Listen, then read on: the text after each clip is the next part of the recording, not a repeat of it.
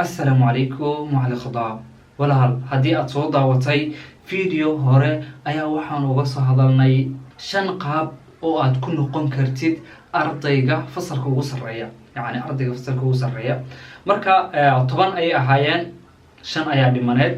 walaalaha komentiyadooda way jeedaan 5 kale hana loogu soo daraayo dhaheen waan u baahanahay marka 5 qaab oo kale ayaa jirta oo aad ku noqon kartid ardayga fasalka ugu sareeya insha Allah maantay 5 kale ayaan kula wadaagayaa videogan marka waa qaybtii labaad qaybtii hore hadii aadan daawan waxaan kugu la dardaarmayaa walaalina soo daawatid biidnillah number 6 mid lixaad waxa weeye wax ku dhiirigeliya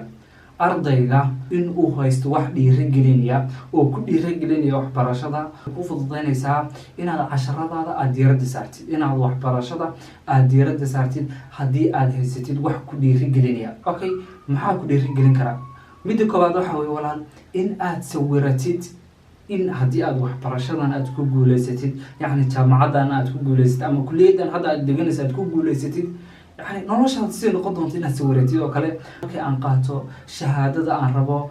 inaad aad sawiratid noloshaada sida ay noqon doonto markii aad maanta waxbarashadan aad ku dadaalaysid aad ku guuleysatid inaad sawiratid takhayul mid labaad waxa weeye abaalmari naftaada abaalmari markii aad wax akhrisid oo kale hadii aad naftaada markasta ku dhaadid maanta casharadan hadii aad xifdisid ama waxaan aad shaqadan aad qabatid waxaas ayaan kugu abaalmarin abaalmarintu wax weyn ma ahan waxyaabo yar oo macmacaana ama waxaan fursad kuu siinayaa inaad daawatid barnaamijkaas aad jeceshahay oo kale waxyaabahaas oo kale inaad aad ku abaalmarisid naftaada hadii aad ice cream aad jeceshahay oo kale ice cream baan maanta kuu gadiya haddaad waxaas qabatid adiga gudahaaga iska dhiirigeli adiga isku ballan qaad soo maad garan midda saddexaad oo wax kugu dhiirigelin karto waxay tahay in aad wax la akhrisatid arday horsocod leh inaad wax la akhrisatid arday horsocod leh ardaydaas oo kale markaad aad koox aad wax ku akhrisanaysid 4 qof 3 qof 5 qof taas way ku dhiirigelinaysaa arday horsocodna waxaan markaan kuleeyahay waxaan ka wadaa inay dadku mashquulinaya dadka qaarkood marka aad iskugu timaadaan inaad wax akhrisataan maanta dhan markasta daqiiqad kasta sheek ay galayaan waxunba inay sheeko iska galaan iyo inaan marka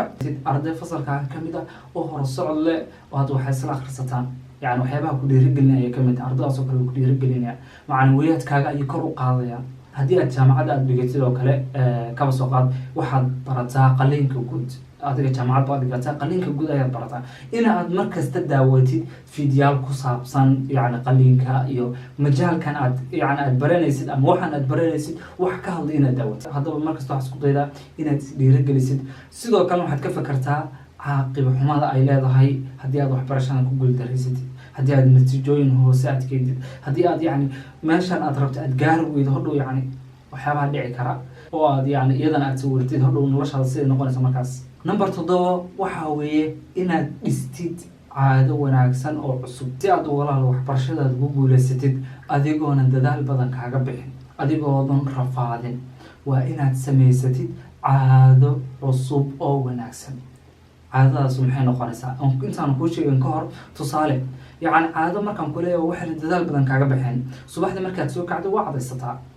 okay subaxdii markaad soo kacdid ma waxay kaaga baahan tahay inaad taleefankaaga haddaad daartid aad daawatid waxyaabo caday oo kugu dhiirigelinaya faa'iidooyinka cadiga waxa uu roon yahay nadaafada jirka waxaas inaad daawato waa may automatically fududahay subax kasta oo soo kacda waa cadaysataa sidoo kale markii aad subaxdii markii aad baxaysid dhar baad xirataa kaba ayaad xirataa taas ma waxay kaaga baahan tahay inaad daawatid fiidiyaal kugu dhiirigelinaya inaad kabaha xiratid iyo kabaha iyo faa'iidooyinkeeda no marka caado markaan ku leeyahay waa wax ay kuu fududaanayso samayntooda aadan dhib ku qabin marka waa inaad samaysatid caado wax akhris inta aadan subaxdii iskuulka aadin inta aadan jaamacadda aadin ka hor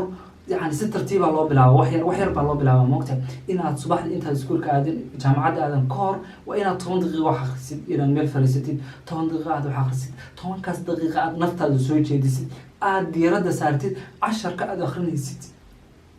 2 usbuuc markaas ku wadid oo subax kaste 10 daqiiqo kaliya aad wax akhrinaysid 2 usbuuc kadib 5 daqiiqo ku dar 15 daqiiqo waxaad ka dhigtaa inaad subax kaste intaadan waxbarashada aadin ka hor aad 15 daqiiqo aad wax akhrisid 2 usbuuc kadib haddana waxaad ku sii dartaa 5 kale 20 daqiiqo kadib 10 daqiiqo 50 daqiiqo sidaas waxaa kugu suurtagelaysa hadhow intaad iskuulka aadin ama aad waxbarashada aadin inaad wax akhrin kartid 2 saacadood adigoona ku caajisin adigoona malal dareemin yacni caado dhaqan gasha marka aad sameynaysid runtii waxay kaaga baahan tahay waqti dheer iyo inaad si tartiib aad u bilowdid inaad u bilowdid si tadaruja yani isku xigta 10 daqiiqo 15 daqiiqo 20 daqiiqo 30 daqiiqo 50 daqiiqo 60 daqiiqo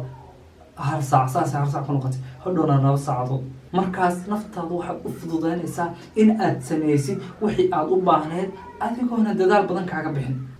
midda sideedaad waxay tahay dadaalka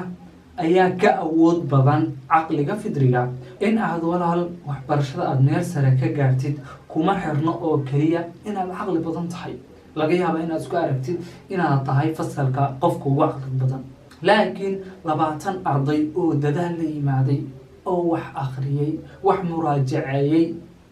hadhow markaad imtixaan isla gashaan adigoona dadaal badan aadan bixin waxaad noqonaysaa qofka ugu hooseeya iskuulka iyo jaamacadaha marka la joogo يعني waxa qofka lagu qiimeeyo waxa la qiimeynayo in waxa weeye macluumaadkii loogu siiyay ma xifdisay dibna ma u soo celisay cid caqligaaga badan fiirinaysa ma jirto hadhowna waxaa kaa kormari karaa qof kaa caqli yar laakiin dadaal badan la yimaaday marka haddii aad caqli badan tahay maasha allah laakiin waxaa laga rabaa inaad dadaal la timaadid inaad waxbarashada aad ku dadaashid waa caqli badan waa fariisana waa sidhiga ma jirto walaa caqli badan tahay adigoo caqli badan haddii aad dadaal ku darsatid runtii fasalka adigaa ugu sarreynaya ardada fasalka ugu sarreeyaad ka mid noqonaysaa midda 9aad waxay tahay u baro sida macallin ha u baran sida arday tusaale ahaan walaal markii aad wax baranaysid yani waxaan macluumaadkan oo kale ama markaad akhrisid yani maanta waxaad baranaysaa unug waa maxay unug yani mawduucaas aad baranaysaa isku day inaad yani derbiga ama haddaad laptopka soo dhigtid ama kuraas wuxuuna haddaad soo qaadid meel hortaada dhigtid inaad ka soo qaadid inay dad yihiin inay arday yihiin inaad wax u sharaxdid casharka aad akhrisay inaad dib u celisa aad sharaxdid ya isku day markaas runtii aad iyo aad ay kugu fududaanaysaa waxbarashada inaad u fakartid markaas sidii macalinka oo kale iyo macluumaadka macalinkaas u raadiyo oo kale marka ha u baran sida arday u baro sida macallin midda 10aad ee ugu dambeysa ayaa ah inaad bilowdid waqti hore maxaad waqti hore bilowaysaa runtii walaal nasiixada ugu weyn aan kusoo gudbinay ayaa ah in aad muraajacada aad bilowdid waqti hore muraajacada markasta aad waqti hore aad bilowdid yani semesterka tusaale ahaan semesterka bilowgiisa haddii aad muraajacada aad bilowdid waad guuleysanaysaa waa markasta ay waxbarashada gacantaada ku jirto laakiin Soomaali haddaan nahay dhalinyaro jaamacadan aadaynaa buugaagtii aan soo qaadaynaa miiska xaafadii aan saaraynaa hadhow subaxdii kale isla miiska aan shalay saarnaa ayaan ka qaadaynaa jaamacadii aadaynaa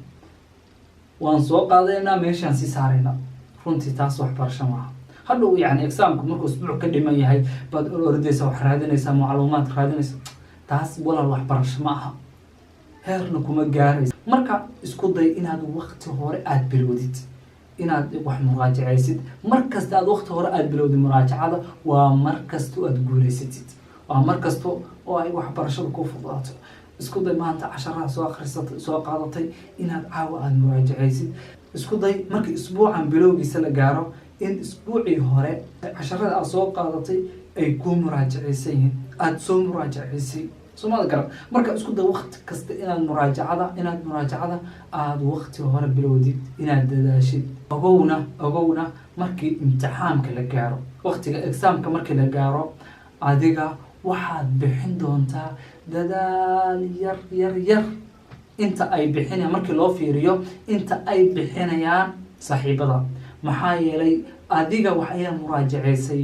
laakiin iyagu ma inay soo muraajaceen adiga macluumaadkii intay qoyan yihiin ayaad markasta aad ku celcelisay aad soo baratay iyaga way isku tagtageen marka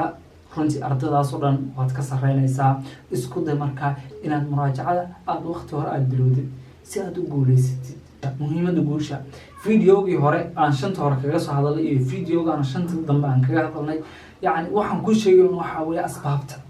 asbaabta inaad la timaadid laakiin hal mid ayaa lagaa rabaa walaal, inaad markasta rabbi subxaana watacaala tala saaratid, inaad rabbi subxaana watacaala markasta aad isku xirtid, inaad noqotid qof rabbi subxaana watacaala ku xiran, inaad markasta aad gacmaha rabbi subxaana watacaala u taagatid, inuu rabbi waxbarashadan kuu fududeeyo, cilmiga aad baranaysidna uu kaaga dhigo mid nafci leh. jaamacad baad soo dhigatay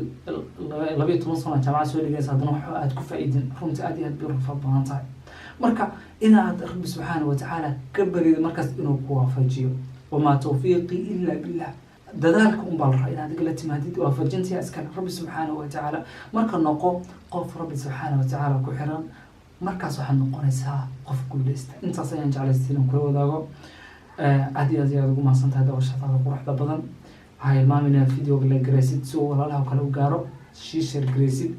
subscribe-tana insha allah channelkeena kale Cali Khadaab insha allah asagana aad kusoo biirtid.